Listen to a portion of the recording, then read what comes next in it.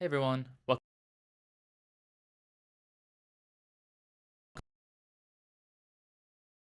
Just took down a calling, the hunted calling, in Memphis, Tennessee, just this last weekend. I'm going to be doing a review video today to clarify a bit the difference between a deck tech and a deck review. Is a review is kind of just going over a deck that's done well. I don't really, I haven't done like 100 reps on the deck. I don't have intense knowledge about it. I'm more reviewing the deck, talking about it, and passing along that information to you in case you haven't already seen it, and breaking the deck down a little bit based on talking to other players. Deck tech is a little more in depth. That means I've grinded Talishar, practiced my teammates, and really refined the deck. I'm going to have a Fang deck tech coming out in 3 or 4 days. I just want to get some more reps in with him, but I think he's a really interesting hero, so watch out for that. But let's get into the deck review here with Cindra. The deck that won was piloted by Brody Spurlock to the finish. There were some other prominent players such as Yuki Lee Bender also on the deck. And so I'm going to go over the card choices, the philosophy and strategy of the deck, and maybe some alternative picks as well, and some tips to play the deck. So Cindra is a Royal Draconic Ninja hero. You're not really going to care about the Royal part at all, but you are going to play a lot of Draconic Ninja and Draconic Ninja cards. She has the text, when you hit a marked hero, create a fealty token. This will matter sometimes. We're not doing a lot of marking, to be honest. The second part is the big part of the text. For 3 resources, you can equip up to 2 Draconic daggers from your graveyard, but it costs 1 less for each Draconic chainlink you control. So if you have 3 chainlinks, it's free, and it lets you grab both your daggers back whenever you destroy them. And you will be destroying them a lot. Not only do they destroy themselves when you attack with them, they cost 1 to attack with, and they attack for 1 with go again. When the combat chain closes, they get destroyed. But also, you're going to be using Flick Knives every single turn, basically. So Flick Knives is a arm piece. It's an assassin ninja arm piece from Outsiders. For no resources, during the attack reaction step, you can target a dagger you control that's not on the active chain link, meaning it's not the current attack. And you can deal 1 damage to target hero. So you basically throw it right at them. If damage is dealt this way, the dagger has hit, then destroy the dagger. This is really, really powerful. It's basically 1 unblockable damage every single turn, which is quite strong. You can just throw it right at them. There's are some prevention effects in the game, but there's not many. So for most of the time, you're just going to be dealing 1 direct damage to them. But the big synergy with this is Mask of Momentum. This is the most famous, ninja headpiece. It's from the very first set of the game, and it's still the strongest one. It says once per turn, when you attack, or when an attack action card you control is the 3rd or higher chain link in a row to hit, draw a card. Really strong, obviously, to get to draw a whole extra card every turn. That's kind of, if the average card deals 3 damage in your deck, you have a lot of 3 go again. It's just an extra 3 damage most turns, right? Of course, you're not going to get it off a lot because your opponent's going to try their best to stop it because it is so good. Where basically, if you got it off every turn, you would essentially never lose. Like, you would just be so powerful that you would never lose. You're not going to get it off most turns because your opponent's going to try to stop you. But this deck makes it as difficult as possible for the opponent to stop it because of how Flick Knives works. So Flick Knives says the dagger has hit, and it happens during the reaction step. The important thing here is if they block a card fully. So let's say you attack with Brand with Cinderclaw. This is a attack that attacks for 3 with go again, and they block for 3, right? If you, in the reaction step, use Flick Knives to throw the kunai at them, even though this hasn't hit, it will still count as that chain link hitting, right? So if it's your second chain link and they block it, you can flick the dagger, it still counts as that chain link hitting. You won't draw the card with Mask of Momentum because it's not the attack action hitting, it's a weapon, and it has to be an attack action, but it'll let you try again on the next chain link, right? Because now you're still continuing that momentum, you still haven't not hit yet, and so if you attack again with another attack, this time with Blaze Headlong for 4 go again, they have to block this again, or you'll draw a card. So it lets you extend a whole extra attack with Mask Momentum, which is something really powerful that no ninja has been able to do before. You basically get 1 free get out of jail free card on every chain link where they can't stop your Mask of Momentum from ending by blocking an attack action, which is really, really, really powerful. In addition to that, we have the new chest piece from the Hunted, Blood Splattered Vest. This is kind of a more aggro tunic for the deck. It says whenever a dagger you control hits, you can gain a resource, and then put a stain counter on this. If there's 3 or more, you destroy it, and then it can also block for 1 with Blade Break. So it can get you up to 3 resources, or it can block for 1 after maybe getting 2 resources. Both are great, getting at least 3 value from it. You're going to want to obviously get this a lot of time off of flicking the dagger because that counts as a dagger hitting. And the free resource is great because we are playing quite a few 1 costs in the deck, but we're playing 58 reds and only 2 yellows. You don't ever want to pitch really in this deck, basically ever. You really want to just never pitch. You're never going to be, not never, but you're rarely going to be attacking with the daggers. They're basically just there to be thrown with flick knives and extend chains with mask momentum. In rare cases, you will pitch to attack with them, but the majority of the time, maybe the whole game except for 1 turn, you're not going to be attacking with them. They're getting to be thrown every turn with flick knives and some other cards like Blood Runs Deep that also throws the daggers. Lastly is Dragon Scaler Flight Path, another new equipment from the Hunted. It blocks for 1 with Battle Worn, so you can block with it first before you use its effect. And then as an instant for 3 resources, you can destroy it, and then a Draconic attack gets go again. If it's a weapon or ally, you can attack with it an additional time. And this also costs 1 less to activate for each Draconic chain link you control. So kind of similar to her ability, if you have 3 Draconic chain links, it's free. The really interesting thing here that I think makes this so powerful, not only does it let you get kind of go again with blocking 1, so it's an upgraded Snapdragon Scalers in a lot of ways, but the huge upgrade I see is that it happens as an instant. What that means is you can hit first, and then after the card has hit, you can use this as an instant to give it go again. So way after Snapdragon Scalers, which happens in the attack reaction step, you can hit first and then give it go again. This lets you have a lot more decision-making power because if you hit and then draw a card with mask momentum, you'll first get to look at that card, and then you can decide if you want to go again with this or if you want to just not go again and arsenal the card you drew. So it gives you way more decision-making where if this was Snapdragon Scalers, attack reactions happen before you hit, so you would kind of have to guess if that card is good enough or not for mask momentum. So pretty powerful combo. You're going to use that quite a bit. You do need to remember it's only for Draconic attacks, so I think the whole deck is basically Draconic, except I guess Ravenous Rabble, which already has go again. So it's not going to be a worry that often. But maybe if you're playing some stuff that I have in the maybe board, like Snatch, if you decide to play some generic attacks like Snatch, it would not work on that, which is probably the reason he didn't include Snatch in this list. A little bit of anti-synergy here.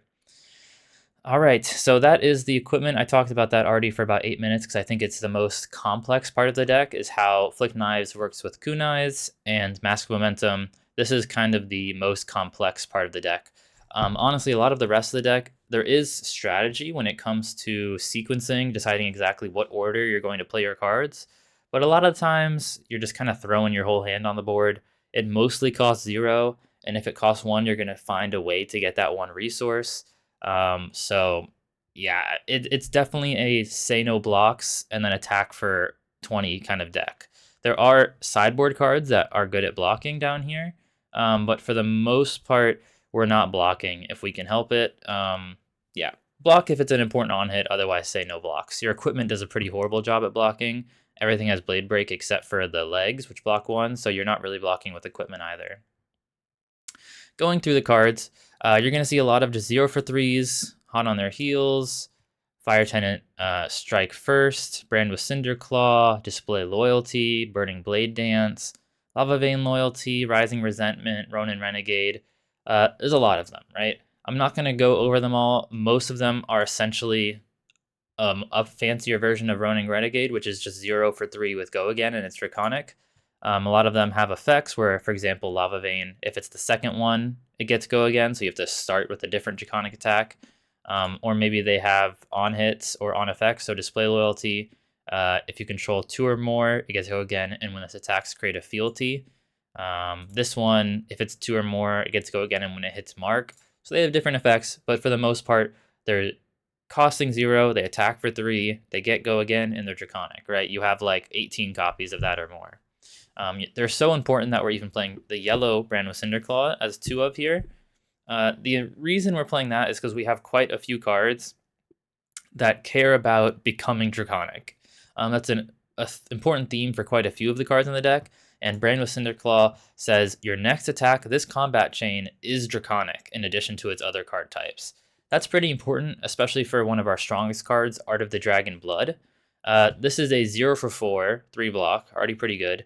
But it says when this attacks, if it's Draconic, it's not normally Draconic, of course, it gets Go Again, and the next 3 Draconic cards you play cost 1 less to play. That's pretty big discount, of course. That means that you can play 3 1 costs in a row after it. You're not usually going to do that, but if you play all 3 in a row after it, they'll all be free. It discounts all 3 of the next Draconic cards by 1. And it becomes a 0 for 4 Go Again, which is pretty strong. Of course, you have to find a way to make a Draconic. The main 2 ways are one of these 5 copies of Brand with Cinderclaw we have here, or using a fealty. Fealty is the token this deck uses. As an instant, you can destroy it, and the next card you play is Draconic. We have a few ways to make fealty. Of course, our hero ability. When we hit a marked hero, we get a fealty. So we have some ways to mark our opponent. Like I said, not a lot. But for example, this card gets on hit mark.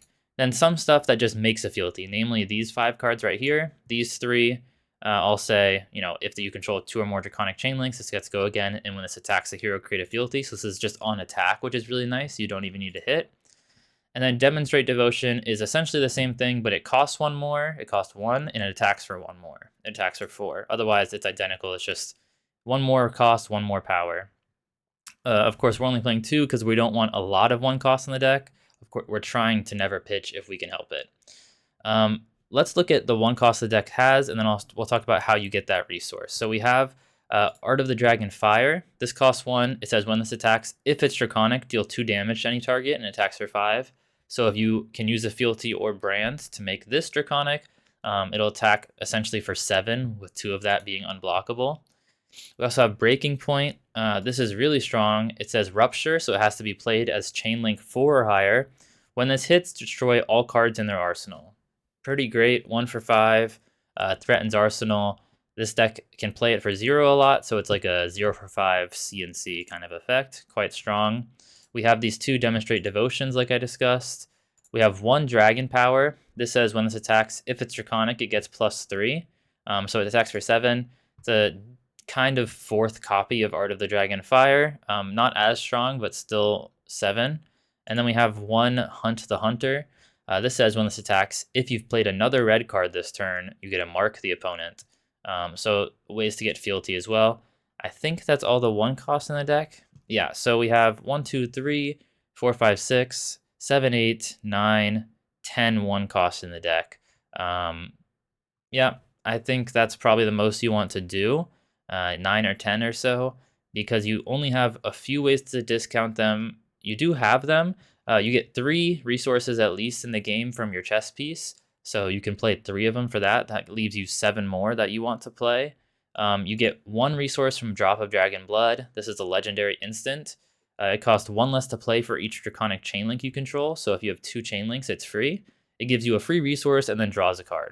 Pretty great. It just replaces itself and then gets you a resource which you can use for 1 cost that turn. We also have 3 Ignites. This is a new Majestic. It costs 0 and only attacks for 2, which is pretty weak on its surface. 0 for 2 is worse than all our 0 for 3s. But it says when this attacks, the next Draconic card you play or activate this combat chain costs 1 less to play or activate. Pretty amazing. So 1 less damage, but a huge boost to be able to get an extra resource. It also says Draconic card, so it even makes your next dagger free. If you don't have a 1 cost in hand and you want to play this, a lot of times you'll just use your dagger for free next. It's one of the few times you're going to actually attack with the daggers that turn.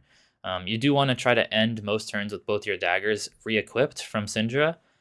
So yeah, that's fine though. You can usually close the chain or start some turns with just 1 dagger back. I guess don't close the chain because then you can't use Cindra.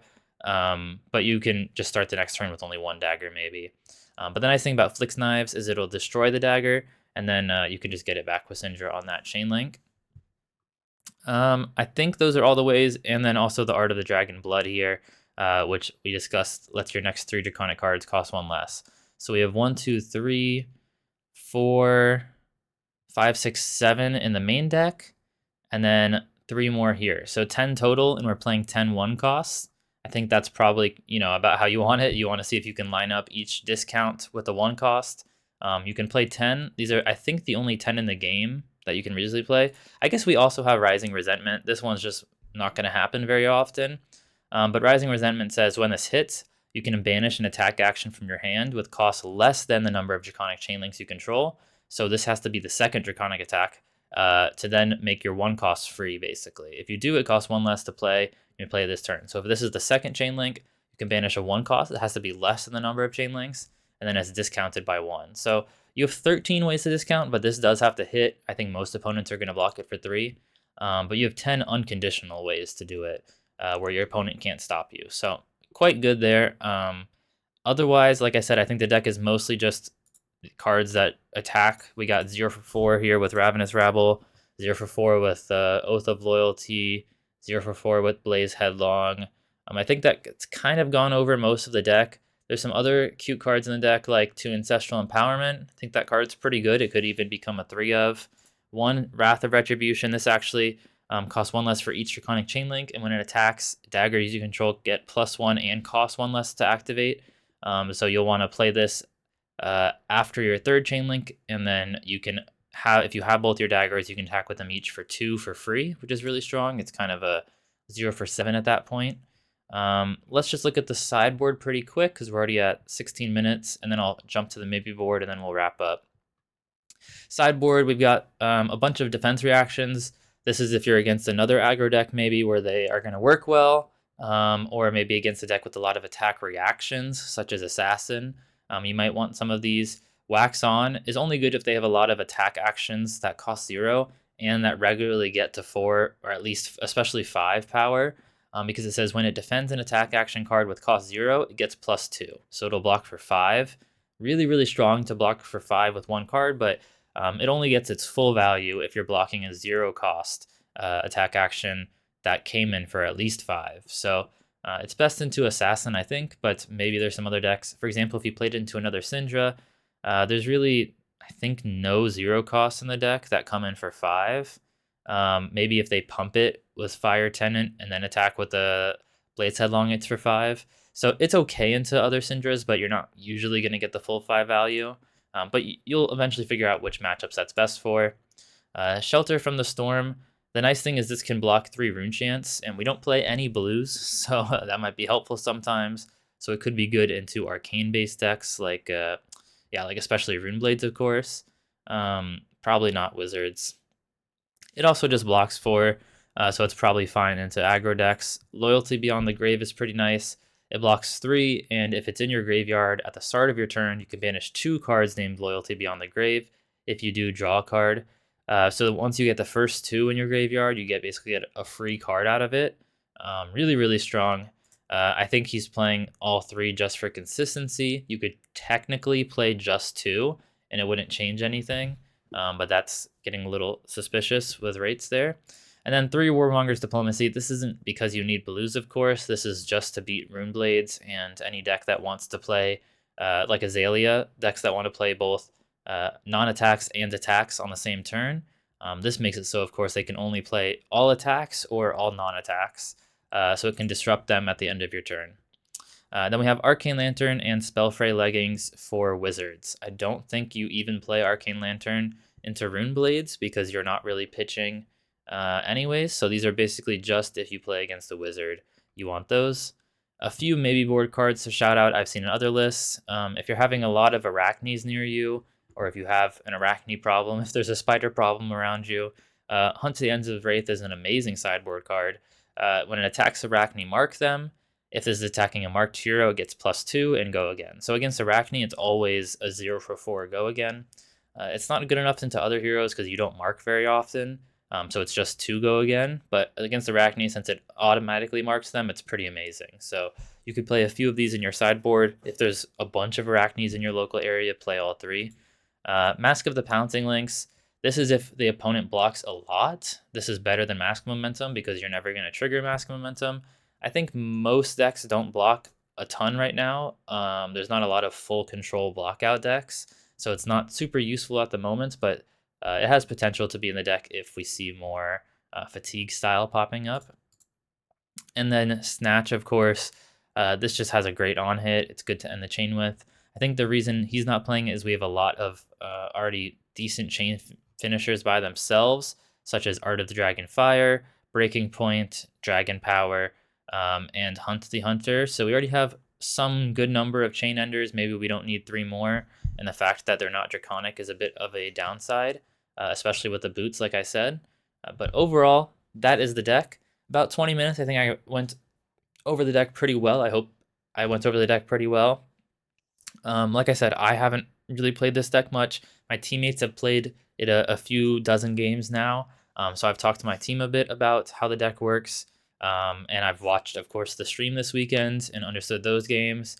And I think it's really powerful. It's shaping up to be in the top 3 aggro decks in the format. I think it's probably pretty close with Viserai and Zen as the best aggro deck. And once those both living legends, which they'll both be gone almost definitely by the end of Road to National season, it's very likely that Zen and Viserai will both living legend at the end of RTN season in about a month, then Cindra will almost certainly be the best aggro deck at that point. So definitely a hero to keep your eyes on. Of course, this is the very first weekend, so not a super optimized list fully, but I think it's a really great start. Maybe you want to mess with some ratios. Maybe you want a third Yellow Brand with Cinder Claw, maybe a third Blood Runs Deep or a third Ancestral Empowerment.